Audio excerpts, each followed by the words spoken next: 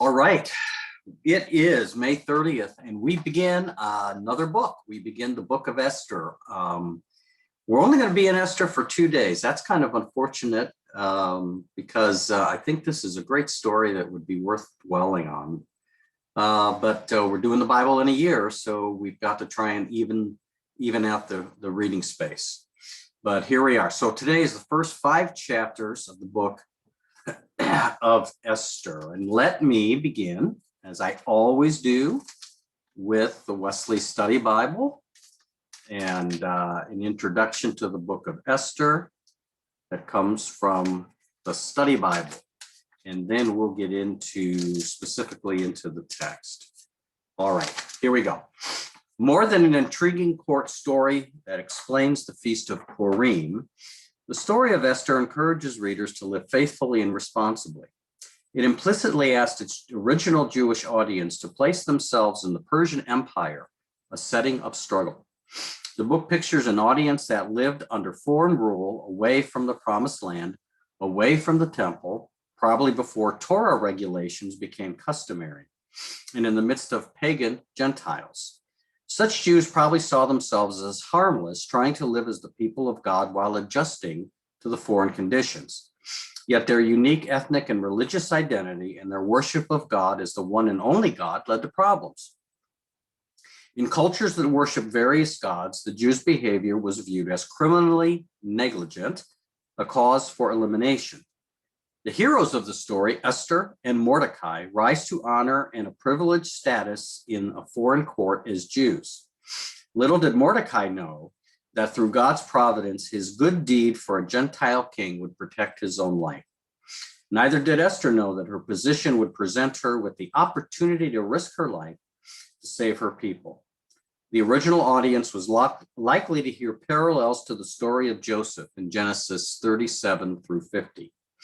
Although God is never mentioned in the book, as Wesley notes, the finger of God directs events. Behind the events, with their dramatic plot reversals, stands not just a divine order, but also a divine ordering.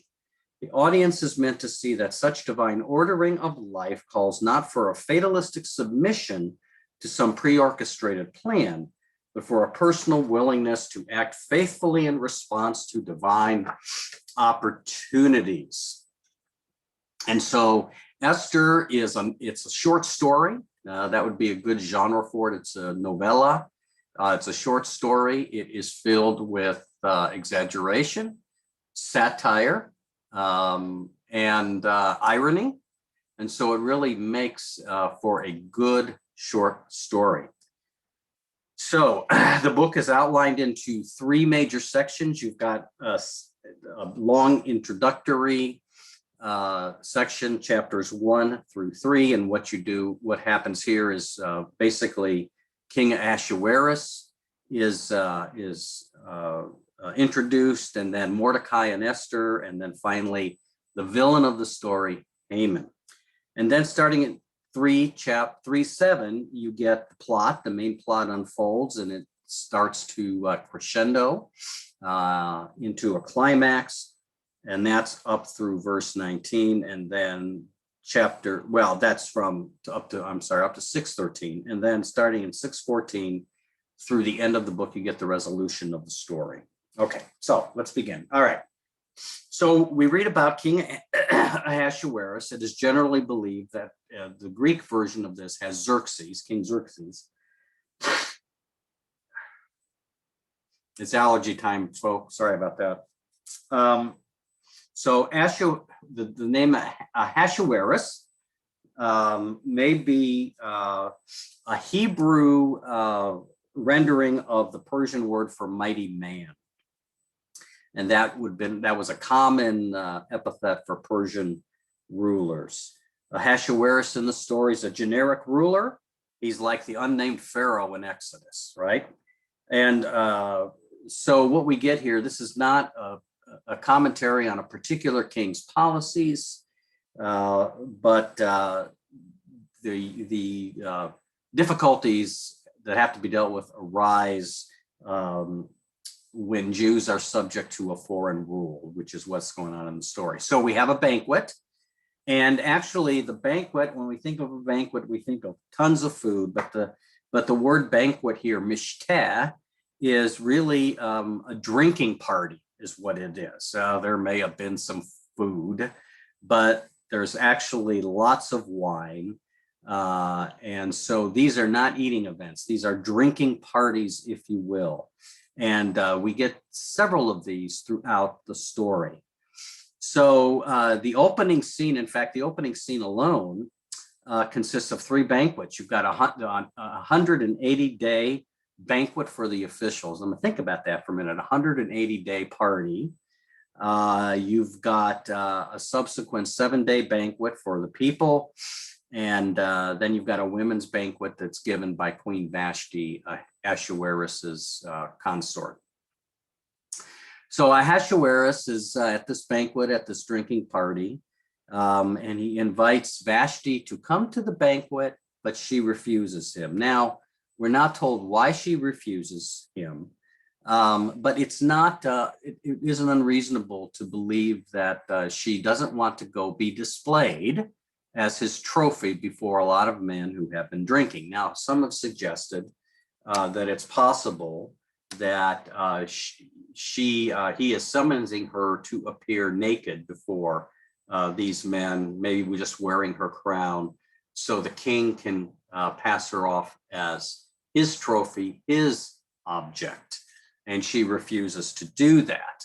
Now, for Jew, if this is true, if that's really what's going on here, Jews hearing this story would immediately feel sympathy for Vashti, even though she's not a Jew, because in Judaism, public nudity is shameful. And so you never force anyone to appear naked in public. So she would have had sympathy, and Ahasuerus would already have been viewed negatively. So Ahasuerus, we're told, is enraged. But he's unsure how to respond. And so he accepts the advice. And so here we get exaggeration and here we get satire. All right. So what do we do? So all of the satraps and the toadies and the minions, and Esther likes to list all these, or the book of Esther likes to list all these officials who counsel him. He calls them all together. And they basically say to him, well, you've got to punish Vashti, because if it gets out that she willingly disobeyed an order of the king and you let that slide, then the next thing you know, all the women around Persia will be rebelling against their husbands, and we can't have this. You can almost imagine if this were a sitcom on TV, there'd be a laugh track right now going on. And Jews hearing this at this point, the outrage at the request of Vashti appearing in such a fashion now changes to laughter as they think about the silliness and the stupidity of King Ahasuerus and his advisors, that we need to keep these women in order, so Vashti must be punished. And she is put away. So what happens is Vashti's downfall makes Esther's eventual elevation to the queen as being possible. But of course, what it does remind us of is that the future queen, whoever at this point she may be, will have to be obedient to the king. In chapter 2, we've already gotten a glimpse in chapter 1, but now in chapter 2, Ahasuerus' character is established. He has lavish banquets, and this always suggests when a ruler lavishes banquets in times of celebration on his people, this in the ancient world would have demonstrated that he was generous, that he was benevolent, but he's also a petty tyrant. And that's really what we see about him. He drinks too much. He is short-tempered. He's easily manipulated by others. He isn't the strong leader that he wants himself to be, or that he wants to portray himself to be. So once Ahasuerus realizes now that he has no queen and he needs queen, he again brings his servants together, the satraps and the toadies and the minions, and they decide that what they should do is have a Miss Persia contest. And we're going to find young women, unmarried women throughout the empire who will then be chosen to become queen. Enter onto the stage Mordecai. Mordecai is a Jew. His lineage, when we read portions of 1st and 2nd Samuel, his lineage is connected to King Saul. Mordecai was a group of Jews who were transported into exile in Babylon. And Esther, who is Mordecai's niece, lives with him and is cared for by him. In Hebrew, Esther's name is Hadassah. That means myrtle, which hints at her sweetness, probably, her sweetness of character.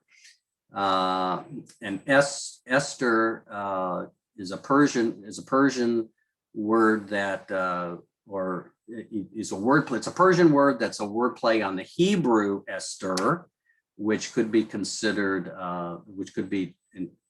translated to hide. So it would refer here to Esther hiding her Jewish identity, or to the hiddenness of God in the story, since God is not mentioned, but seems to be behind the scenes.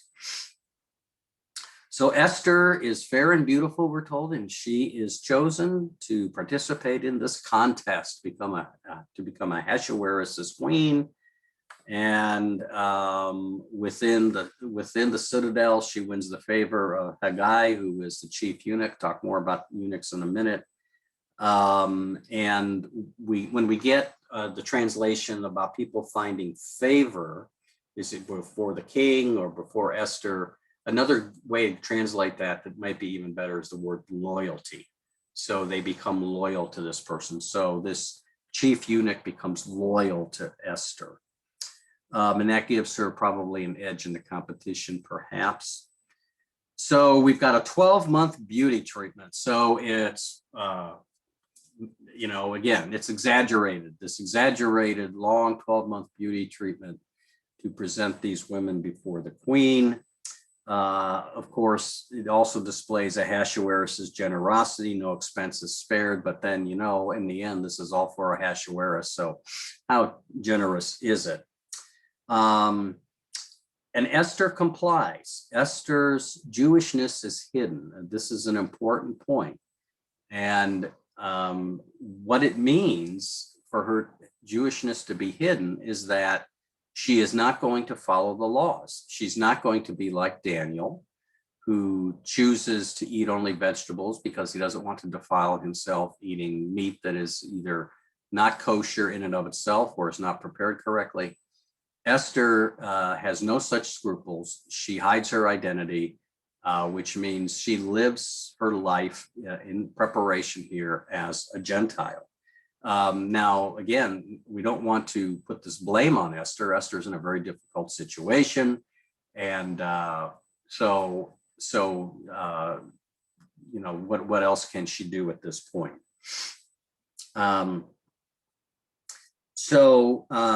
Esther gains the king's loyalty. And so does Mordecai in getting to know Mordecai. And he sits at the king's gate, which means he's got some authority. He's in the king's court. Perhaps he does some judging at the gate. Perhaps he does, he moderates disputes. So he's got some authority and some power.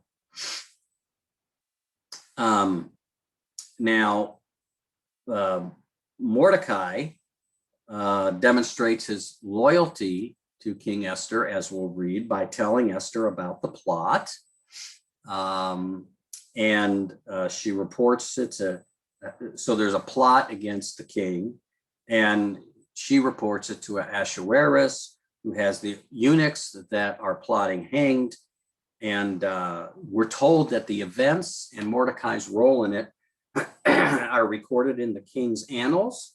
That's important tomorrow, as we'll see. Right now, it's reported in the king's annals and apparently then is forgotten. All right, so in chapter 3, we introduce, Mordecai is introduced. Haman.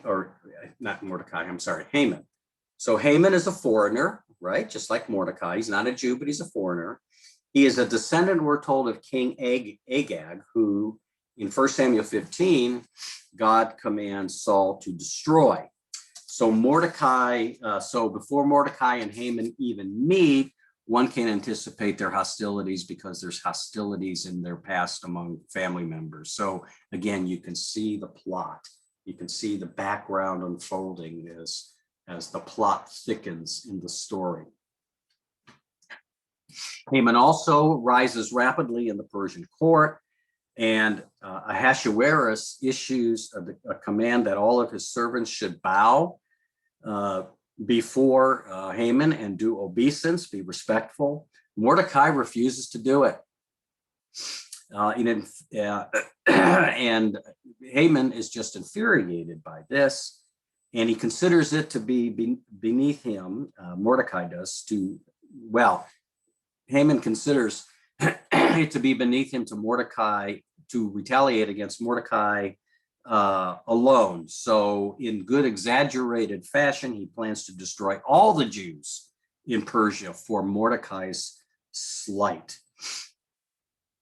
So Haman's character is revealed here as well. He's despicable, he's proud, he's self-centered, he's greedy, he's vindictive. He makes a perfect villain. And in fact, even today in synagogues on the Feast of Purim, when the rabbi tells the children the story of Esther, every time Haman's name is mentioned, children hiss and boo. He's the perfect villain for the story. So Haman's plot now is hatched. He threatens to destroy the Jews, and that creates the story's conflict. And Haman casts lots to determine the day in which this will happen. The word lot, pur, is Hebrew, but it's a Persian loan word. The Hebrews get it from Persia, and it's associated, of course, with the festival's name, Purim. We'll talk more about that tomorrow. So ironically, you get the 13th day of the 12th month, which gives everyone almost a year to plot. They plot the destruction. And by the way, since Persia is probably a multi-ethnic environment, there might be pressure for other ethnic groups to join in, because if they don't, maybe they now will be targeted. So Haman convinces the king to allow for this to happen, and we got a year to prepare for it. And everybody, and by the way, to give some incentive, before you kill them, you can also plunder them. You can plunder their houses and their goods. So you get some stuff out of it. And Haman convinces Mordecai or Ahasuerus to do this. Mordecai and Esther then begin to plot a counter offensive, if you will. Mordecai hears the decree. He goes into mourning. In fact, a lot of the Jews go into mourning. And by the way, that would reveal who they are, because they're going to mourn as Jews. So if you weren't sure if your neighbor was Jewish, you know now. So they're willing to expose their identity, all for mourning and fasting and praying in the hope that God will deliver them. Mordecai tries to convince Esther to go. Esther is understandably reluctant, because you do not appear before the king unsummoned, and the king has not summoned Esther for 30 days. And the king, if you go unsummoned, the penalty for that is death. And now the king can hold out his grace, but boy, why would you take that chance? And particularly since we've already seen the king's emotional state, and the fact that he drinks a lot, and the fact that he's probably stuck on himself. Why would you take that chance? Mordecai keeps working on Esther. And it's interesting that they pass a series of messages by way of the eunuchs who are in Esther's court. Now, these are important characters throughout Esther. They're castrated men. They exist, if you will, at the boundary of gender. They're male, but yet they're not male. And so they cross other boundaries. So you can see sort of a boundary breaking thing here. Eunuchs, male, not yet male, and Jews and Persians coming together, crossing those ethnic boundary lines in order to hopefully have a successful counterplot to what Haman has planned. So Esther decides finally, well, Esther tells her tells Mordecai she can't go. And so what you get in chapter 4 here is perhaps one of the more famous portions of Esther, which if there's a part of Esther that's ever been preached on, it's this. And so Esther tells Mordecai what he has said, and basically Esther says, there's just no way I can do this. And when the eunuchs tell Mordecai Esther's response, Mordecai says, send this message back to Esther. Do not think that in the king's palace you will escape any more than all the other Jews. For if you keep silence at this time as this, relief and deliverance will come for the Jews from another quarter. But you and your father's family will perish. Who knows? Perhaps you have come to royal dignity for just such a time as this. And so here we have a hint. Esther, if you're not the one, God will raise up somebody else. But in the meantime, it may mean your death and the death of your family. So Esther is reluctantly convinced. She asks all the Jews to fast for her. And she approaches the king, and the king looks at her and gives her a pass and tells her to approach. And she begins to hatch her plot against Haman with a banquet. What is it that you want? The king says, I'll give you up to half my kingdom. Now, this is an exaggeration. We'll see this with Herod in the Gospels when Salome's daughter, or when Salome dances before her stepfather, and Herod is pleased and promises up to half his kingdom. It's really just, it's an exaggerated way of saying, I will give you whatever you want, within reason, of course. So her response is she wants a banquet. And so she gives a banquet, and the king, of course, is happy, and he's been drinking. And now he wants to know, what do you really not want? He assumes that the banquet is really not what she wants. She wants something more. And Esther says, well, you know what? Let's have a second banquet tomorrow. And if we have that second banquet, invite Haman to it. And it's there at that second banquet, I will reveal what it is that I want. And so the king is open to that. And maybe she's building up suspense here. Perhaps she's waiting to get Haman where she wants him. And we end with chapter 5, where Haman, he leaves the first banquet happy. And he also believes that part of this is that he is on the rise with the king. And so he's going to be even more influential as he is now. We're told he's in good spirits, which is the Hebrew way of saying he's drunk. And so he's had too much to drink, and but his happiness soon becomes fury when he passes Mordecai, and Mordecai again will not show him proper respect. And so now he's really hacked off that he has been so slighted. And he returns to his home to his wife and his friends, and his wife gives him advice.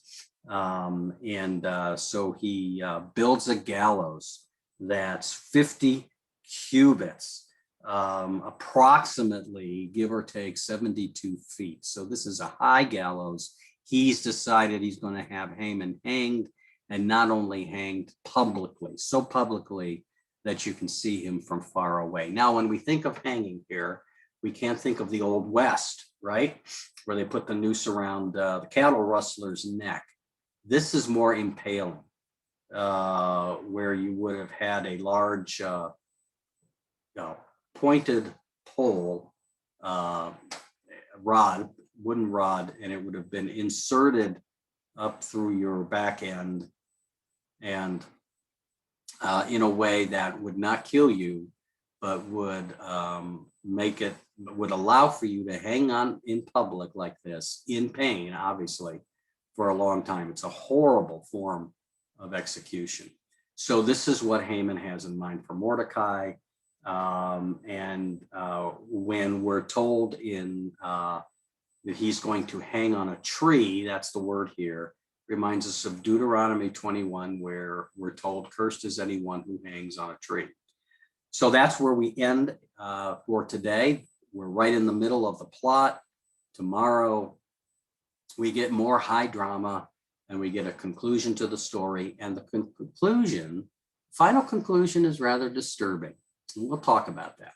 All right, let's pray. Gracious God, thank you again for your presence with us.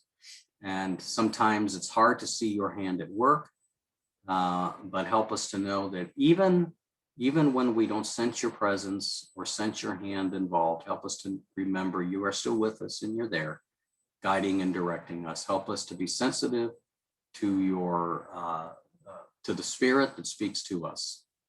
Bless us in this day in Jesus' name. Amen. All right. Tomorrow it is.